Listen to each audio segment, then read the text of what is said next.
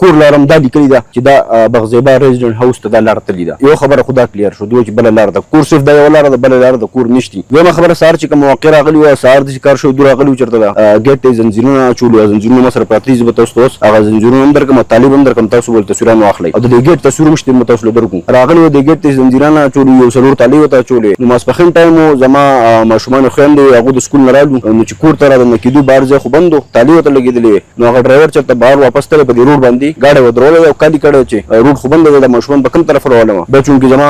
کسان نالو او دا تره زوی مې راغی که نه خپل خپلوان نالو او دا ګیټ یې کولاو کړو طالب ماته کړه او ګیټ یې کولاو کړو او ماشومان یې رادننه کړو کور ته. چونکې دا 5 کال نه دا لاره بله لاره شتي نه ماشومان که به دې ګیټ نه راتللی نو چېرته به تلي که نه زنانه په کور کې ناست وو ماشومان دوی بهر په روډ کې دغه شان ناست وو سکول نه راغلي وو دوی به طالب والې وې. ته خو ماشومې په دې کې خو خیر جرګه هم لګیا ده جی خو دلته کې موږ د هغو د صاحب نه خبرې واورېدې چې یاره دوی د جرګې نه شاته شول